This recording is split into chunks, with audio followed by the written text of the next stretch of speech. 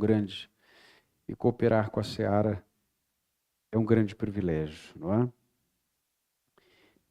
Nós estamos diante do Salmo 119 e eu quero convidar você a que leiamos juntos os versos 113 a 120. Deixe a sua Bíblia aberta, porque leremos este trecho deste salmo tão especial e tão pouco pregado. Se você procurar na internet ou no YouTube, são poucas, eu diria que raras até, mensagens do Salmo 119, dado o tamanho do salmo. Os outros salmos são menores, não é? E é claro, não daria para pregar esse salmo inteiro, num culto pelo menos, né? E a nossa proposta é, aos poucos, conhecer esta beleza, não só literária, mas essa riqueza espiritual diante de nós. Tá? Spurgeon, escrevendo sobre esse salmo, ele deu o nome da série de salmos, ou de mensagens desse salmo, de Os Tesouros de Davi. Portanto, estamos diante mesmo de um grande tesouro que exalta a Deus por sua palavra. Enquanto em muitas famílias, em muitas casas, a Bíblia está esquecida e empoeirada, nós temos na própria palavra de Deus a exaltação a Ele por essa palavra. Palavra essa, meus irmãos, que por causa dela, muitos morreram, muitos deram a vida. As traduções foram se desenvolvendo com o passar do tempo. Por muito tempo, a Bíblia esteve em línguas que não eram do domínio público. Ela foi preservada e por muitos anos, não é, nas suas línguas originais, mas o Senhor fez movimentos históricos para que toda a palavra chegasse a nós de maneiras que pudéssemos entender aqui. As traduções que temos, pelo menos em uma boa parte, são boas traduções. Umas inferiores, outras melhores, mas de um modo geral, todas bem compreensíveis, e muito importante ter a palavra de Deus na nossa língua.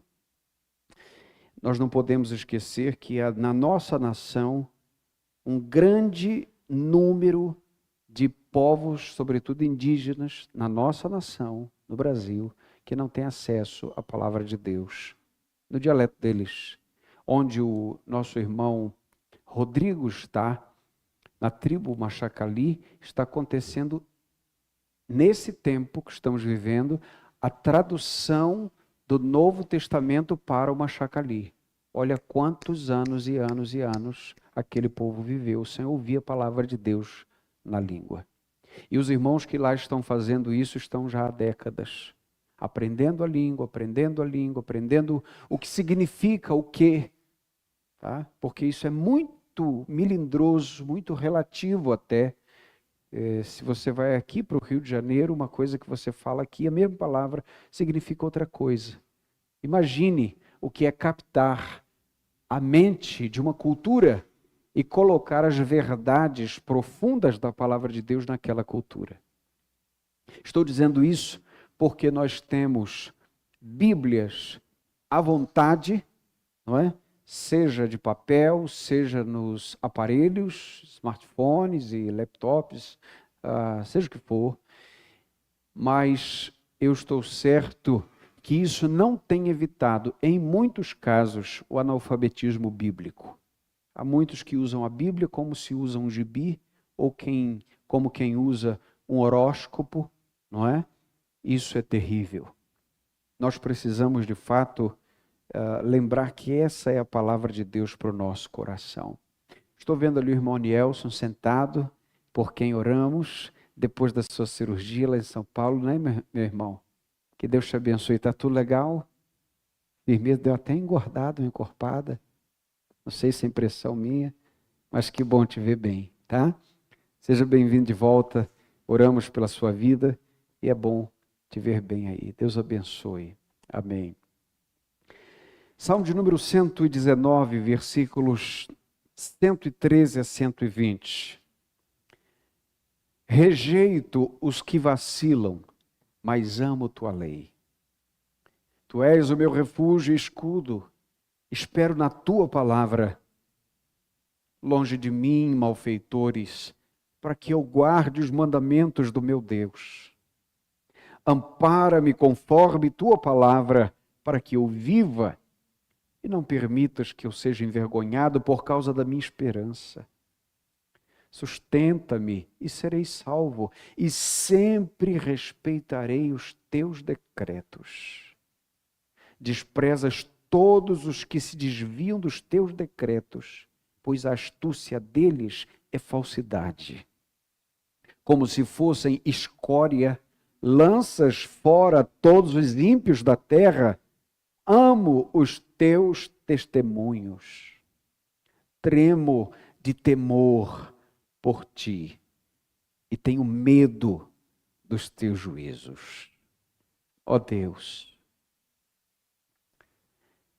exaltamos o teu nome, Senhor, pela tua palavra e te agradecemos tanto e tanto por tê-la diante dos nossos olhos. Ó Deus, nos arrependemos do tempo não investido nessa palavra. E rogamos que o Senhor traga, ó Deus, ao nosso coração fome e sede do Senhor. E a nossa oração agora, ó Deus, é a oração do salmista. Abre os nossos olhos para que vejamos as maravilhas da tua lei. Não nos permita, ó Deus, chegar à fonte e voltar secos para casa. Dá-nos, ó Deus, sacia-nos com a tua palavra, em nome de Jesus. Amém, Senhor Deus. O salmista chega num momento de muita clareza no seu coração. Ele começa esse parágrafo dizendo que rejeita os ímpios. E ele termina dizendo que treme diante de Deus. Veja o verso 113. Eu rejeito os que vacilam. E ele termina no Salmo, no versículo 120. Eu tremo de temor por ti. Quantas vezes nós tememos os homens e rejeitamos a Deus? Temos medo de pessoas, mas não temos medo de desobedecer a Deus. Hoje pela manhã, falando com as crianças, estamos tratando, no primeiro momento da manhã, antes deles irem à escola, sobre os atributos de Deus. E hoje falamos no texto de Provérbios, capítulo 15, versículo 3, que diz: os olhos do Senhor estão em todos os lugares, contemplando os maus e os bons. E meditamos no atributo da onisciência. Deus que tudo vê, Deus que tudo sabe, para aquele que nada é surpresa. E disse a eles: eu estou certo que vocês fazem certas coisas que na minha presença vocês não fariam. Ou alguém aqui duvida que o seu filho faz alguma coisa, ou não faz alguma coisa longe de você, que perto de você ele não faria. Todo filho faz. E todo mundo aqui que já foi filho fez. Amém ou não? Tem nenhum querubim aqui. Amém. E eu disse: eu sei que vocês fazem. Que eu não tenho radar 24 horas com vocês. Mas se eu estivesse perto de vocês, vocês não fariam certas coisas. Estou certo? Sim. o senhor está certo. E a pergunta que eu fiz logo cedo foi: quem é mais importante, eu ou o nosso Deus? O nosso Deus. Quem é mais poderoso e digno, eu ou o nosso Deus? O nosso Deus. Então, por que vocês não fazem certas coisas na minha presença, porque estão na minha presença, mas fazem diante da presença de Deus? Não deveriam. Não sei se foi muito pesado logo para a primeira hora da manhã, mas foi suficiente para despertar a consciência. O salmista está dizendo: eu rejeito os que vacilam, os que escorregam os pés para longe de Deus. E ele termina: eu tremo diante de Deus. Eu tremo de temor. Veja que expressão forte traduzida para nós. Eu tremo de temor. Eu tenho medo dos teus juízos.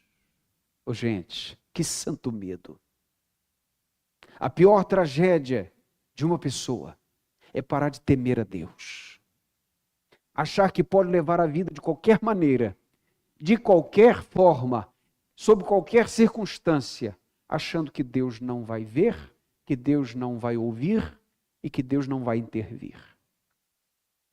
Aos ímpios, o Senhor já os deixa na condição natural. E tal condição natural do ímpio é tão trágica que por si só já é a recompensa do seu pecado. Porque não ter um Pai Celestial para disciplinar é a maior tragédia de quem erra. Mas aos filhos, o Senhor disciplina. O Senhor traz para si. E terrível estado é o daquele coração que deixou de ter medo. Não ter medo de Deus em si, como se ele fosse mau, mas ter medo de macular a sua santidade. Isso é reverência. Não é fechar os olhos enquanto estamos cantando. Ok, isso lhe ajuda a se concentrar, quem sabe, na música, na letra, a se desvencilhar de algumas questões que podem distrair você. Tudo bem, sem problema. Mas não chame isso de reverência. Reverência é quando nós sabemos que ninguém olha, mas Deus está olhando. E nós trememos com isso. Quando nós temos a melhor resposta, cheia de razão, e poderíamos vomitar ira, ou palavras torpes, mas o Senhor vai nos ajudando a conduzir as emoções. Isso é reverência. E ele diz que ele deseja distância dos malfeitores, isso está no verso 115. Veja que a distância que ele deseja dos malfeitores é para guardar os mandamentos de Deus. Ele não deseja distância dos malfeitores porque ele é um legalista e quer parecer bom. Ele deseja essa distância porque em muitos momentos ele sabe que abrir precedentes com os malfeitores é exatamente assentar a roda com eles. Bater palma para aquilo que o mundo faz. E ele diz que ele deseja distância neste sentido de se santificar a Deus. No verso 118, ele vai dizer que o Senhor despreza os que desviam a vida desses decretos. E no verso 19, ele diz que Deus lança fora os ímpios como se fossem escória. Sabemos o que é escória. É aquilo que sobra de uma depuração. Você tira o ouro, por exemplo, o fogo ali vai depurando e tudo aquilo que não serve é escória. E a escória não serve para nada. Ela é para jogar fora mesmo, diferente do ouro. Um ourives, por exemplo, que tem o seu ateliê, não sei exatamente qual é o nome que se dá, não é? Do ambiente que ele trabalha, mas ele tem ali, no seu local de trabalho, carpetes por todo lado. Sabia disso? Carpete na parede, carpete no chão. Por quê? Porque quando ele está trabalhando o ouro, aquele pozinho do ouro, ele voa um pouquinho dali da mão dele, cai na bancada, muito pouquinho, cai no chão, ele vai lixar uma peça, fica um pouquinho ali na escova, não é? E aquilo vai caindo no chão. Cai um dia, 2, 3, 4, 5, 6, 7, 8, 10, 20, um ano. Final do ano, o que ele faz? Ele arranca aqueles carpetes e lava, deixa dentro de uma solução bem grande. E aquela água não pode ser mexida. O ouro, então, ele vai para o fundo. Até a mão que o ourives lava, olha só, hein? Tem um recipiente diferente para colher a água suja da mão dele. No fim do ano, está ali o 13º ou mais. Porque lá no fundo está cheio de pozinho de ouro. E ele pode fazer um monte de coisas, peças extras para levantar um recurso, e muitas vezes isso alavanca até mais o seu negócio. Veja, um justo pode até se sentir desprezado circunstancialmente por Deus, jogado no chão, mas o valor dele nunca muda, porque Deus não perde de vista. O pó do crente é valioso para Deus. Ele sabe que somos pó. Mas ele não trata assim os ímpios. Ele não trata assim aqueles que o odeiam. Ele não trata assim aqueles que o desprezam. A estes, Deus os trata como escória. E ele traz aqui uma figura apocalíptica até. Porque naquele grande dia, ele enviará para o lago de fogo aqueles que o rejeitaram. Esta é a expressão do salmista. Agora veja, o salmista faz 3 pedidos aqui. Ou melhor, antes desses 3 pedidos, ele classifica os inimigos de Deus de algumas formas. A primeira classificação, ou o primeiro nome, está no 113. Ele chama a estes ímpios daqueles que vacilam. No Salmo 73, no versículo 2, o salmista Asaf diz assim, verso 1 primeiro diz, quanto a mim, Deus é bom para Israel, ele começa. Bom para aqueles que têm um coração puro. Verso 2, quanto a mim, meus pés quase resvalaram, quase tropeçaram, porque eu vi a prosperidade dos ímpios. Quase tropeçaram. Veja, que neste sentido do tropeço, é o tropeço da fé, e Deus não permite. Não é um tropeço de pecar aqui e ali, que o Senhor o levanta, não é isso. É o tropeço da fé. Eu quase abandonei a fé. Judas vai dizer que ele é poderoso para nos impedir de tropeçar. Judas, verso 24. Agora veja, ele chama os inimigos de Deus daqueles que vacilam, daqueles que escorregam para longe de Deus. Ele chama também de malfeitores, isso está no verso 115, veja aí na sua Bíblia. Aqueles que fazem o mal por profissão, grave isso. Malfeitores, faz aquilo que é mal, sabendo que é mal, e que Deus odeia o que é mal, e mesmo assim eles fazem. Ele também classifica esses inimigos de Deus, no verso 118, como aqueles que se desviam dos seus decretos. Meus irmãos, os decretos de Deus sempre estão diante dos olhos dos homens. Sabia disso?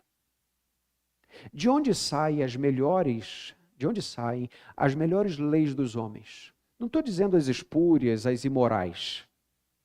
Tudo bem? Porque tem lei que é imoral. Nem tudo que na nossa nação é legal é moral. Tá? Mas de onde sai, por exemplo, que o homem não deve matar? Da lei de Deus. Que não deve adulterar? Da lei de Deus. Se ele fugir então da lei de Deus, ele vai se colocar diante da lei dos homens.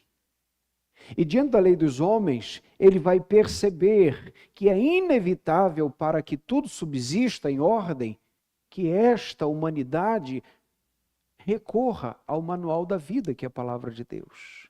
Veja, o texto diz que eles se desviam dos decretos de Deus. Eles querem burlar as coisas que Deus ordenou. E no verso 119 ele chama esses homens de ímpios da terra. Ímpios da terra. Diante disso, ele faz 3 pedidos.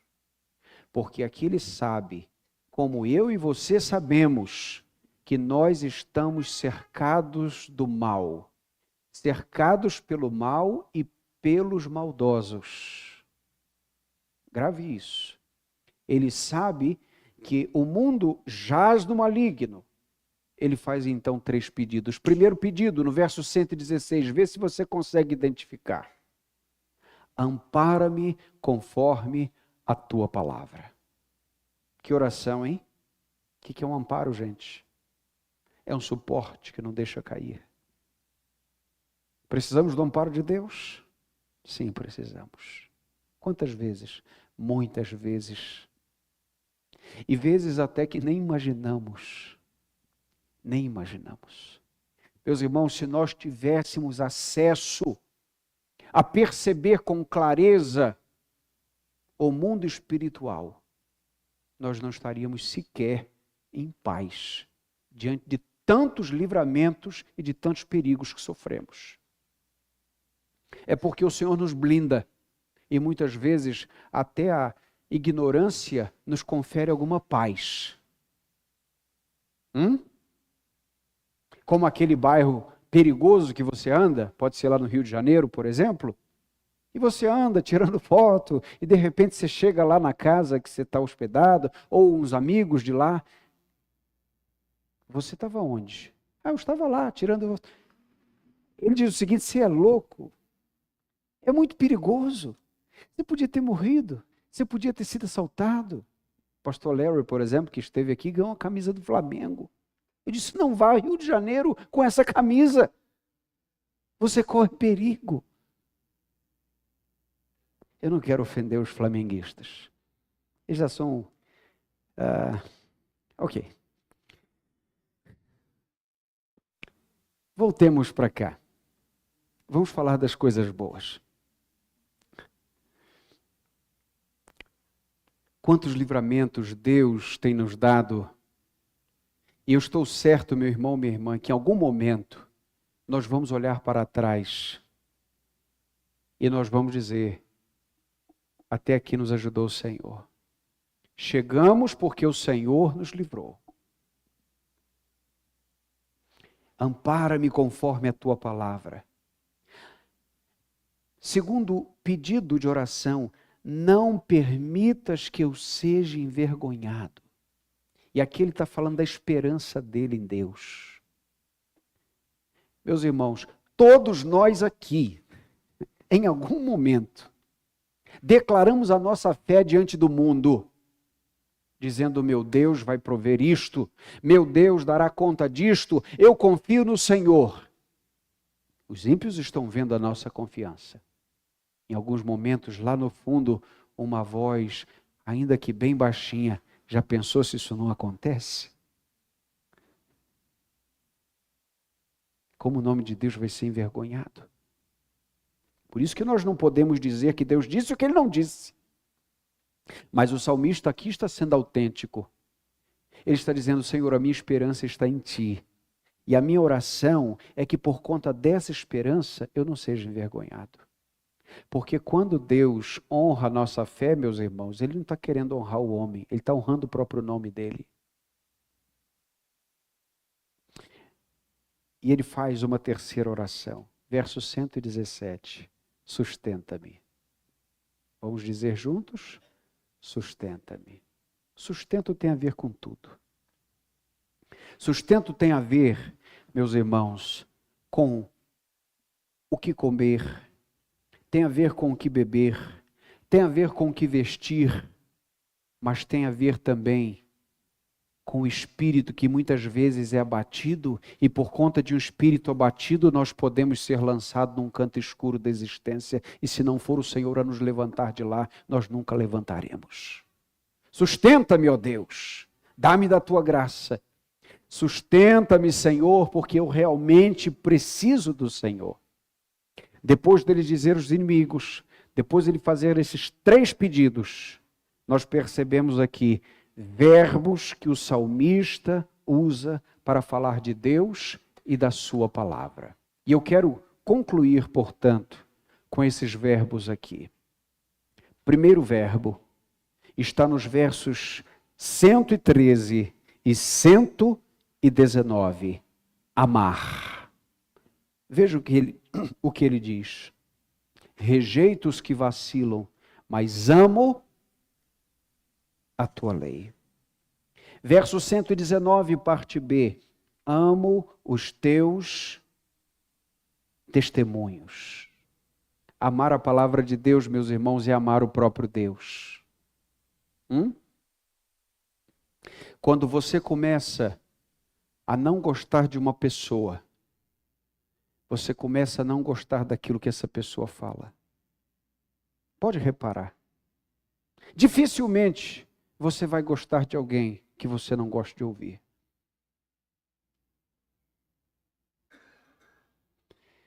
Demonstramos amor a Deus, sobretudo quando os nossos ouvidos estão atentos a amar essa palavra. Nós não podemos esquecer do que os puritanos disseram sobre as 2 marcas de uma ovelha de Jesus. Elas têm marcas nos pés e nos ouvidos. O Senhor Jesus disse: as minhas ovelhas me seguem. Segundo, ele diz: as minhas ovelhas ouvem a minha voz. Amar a palavra de Deus significa priorizar a palavra de Deus. E temos visto, com vasta experiência naquilo que ansiamos, que nós investimos tempo e dinheiro naquilo que amamos. Diante disso, o salmista diz: amar a palavra de Deus. O segundo verbo que ele usa está no verso 114, esperar. Ele diz: tu és o meu refúgio e escudo, espero na tua palavra. Quantas vezes nós estamos esperando na palavra dos homens? Não é verdade? Sim, é comum que aguardemos uma resposta ou outra, um parecer disso ou daquilo. É fato. Somos seres humanos. E precisamos disso. Deus nos fez assim. Agora não esqueçamos que nós fomos chamados para esperar por Deus. Esperar na palavra de Deus não é só esperar naquilo que Ele vai dizer, mas é esperar naquilo que Ele já disse. O Senhor disse, então vai acontecer. Qual a esperança final do crente, gente? A volta de Jesus. Jesus disse que vai voltar de novo? Vai. Então estamos seguros. O mundo pode estar terrível. Terrível. Pode piorar. E não esqueça, vai piorar. Mas a nossa esperança é que aquele que disse não mente. O nosso Cristo virá nos buscar. Ele virá nos buscar, nem que seja debaixo dos escombros da humanidade bombardeada. O Senhor não nos perde de vista. O terceiro verbo que ele usa é o verbo guardar. Isso está no verso 115. Longe de mim os malfeitores, para que eu guarde os mandamentos do meu Deus. Não é guardar como aquela mulher que guardou a Bíblia, e o pastor fazendo visita à casa dela, Isso não foi aqui em Muriaé. Isso é coisa do Rio de Janeiro. E quando o pastor sentou no sofá, ele viu um vão entre o sofá e a parede, e tinha lá embaixo daquele vão uma Bíblia. Ele conseguiu alcançar a Bíblia, e tinha um óculos dentro da Bíblia. Ele disse: minha irmã, que bênção. A irmã já deixa aqui a Bíblia a jeito, já com óculos dentro, para fazer leitura. E ela disse: pastor, eu já estava uns 3 meses caçando esse óculos. Não é guardar assim a Bíblia. É guardar para não pecar contra Deus. Porque guarda, e quem guarda, sabe onde está. Sabe onde encontrar. Aquele, meu irmão, minha irmã, que ouve a palavra de Deus aqui e chega lá fora e sofre de uma anorexia espiritual profunda, ou seja, vomita tudo que Deus dá, ele não guarda nada. Dia desses, recentemente, assistindo o vídeo de uma mulher com Alzheimer, as pessoas ao redor dela, que eram da família, perguntavam: quem sou eu? Ela disse: não sei. E o outro: não sei, também não sei. E perguntaram a ela: quem é Jesus? Jesus é o meu Salvador, eu amo Jesus. Isso é guardar, meu irmão. Quantas vezes visitei idosos que já não conheciam sequer os parentes, mas começávamos a cantar uma canção sobre Cristo e ela balbuciava junto a canção. Isso não se explica a não ser pelo poder do Espírito Santo. Guardar a palavra de Deus. Verso 117, respeitar. Veja o verso, o que diz: sustenta-me e serei salvo, e sempre respeitarei os teus decretos. Meus irmãos, como nos falta respeito ao respeitável. Como falta-nos honra ao que é honorável. A palavra de Deus, ela está acima de qualquer outro livro, porque é o livro de Deus para nós. Portanto, se a lei humana diz A, mas a palavra de Deus não diz A, então a lei humana está errada. A palavra de Deus está certa. Se a minha consciência diz B e a palavra de Deus diz A palavra de Deus está certa e não a minha consciência. Há pessoas que têm um sonho dito espiritual, sonham alguma coisa e de repente vem para a Bíblia e começa a interpretar a Bíblia de acordo com o seu sonho. Ei, está errado. Você tem que interpretar o seu sonho de acordo com a Bíblia. Os acontecimentos de acordo com a Bíblia. O que alguém falou de acordo com a Bíblia. E não a Bíblia de acordo com o que alguém disse, com o que alguém sonhou, com o que alguém falou. Porque se não estiver provado pela palavra de Deus, pode jogar fora que é escória. Não esqueçamos do que o profeta Jeremias falou sobre o nosso coração, que é enganoso e desesperadamente corrupto. Quem o conhecerá? Por fim, ele usa o último verbo, tremer. Vamos repetir? Tremer. Leiamos juntos o verso 120. Tremo de temor por ti e tenho medo dos teus juízos. É bom que temamos a Deus. A Bíblia diz que nós não devemos temer os homens que podem matar o corpo, mas devemos temer a Deus, aquele que pode matar o corpo e lançar a alma no inferno. Nós não corremos mais esse risco como filhos de Deus. Glória a Deus por isso. A gente não está com medo de Deus mandar a gente para o inferno. Acabou a condenação. Ei, mas não esqueça, Deus continua sendo Deus e a gente continua sendo servo. Não perca o temor. Não perca a reverência. Não perca o choque do sagrado, da presença de Deus. Que Ele nos abençoe. Em nome de Jesus. Vamos ficar de pé.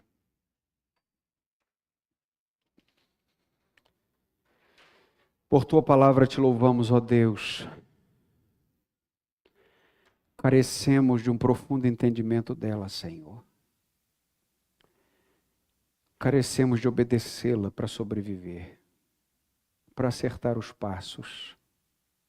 Que o Teu Santo Espírito nos ajude. Tua seja a honra, a glória, o louvor e o domínio para sempre. Seja do Senhor, ó Deus, toda a glória. E a nós, guarda, Senhor, a Tua palavra no nosso coração. Em nome de Jesus. Amém. Deus abençoe a todos. Amém. Primeira Igreja Batista de Muriaé, 90 anos. Glorificando a Deus e fazendo discípulos.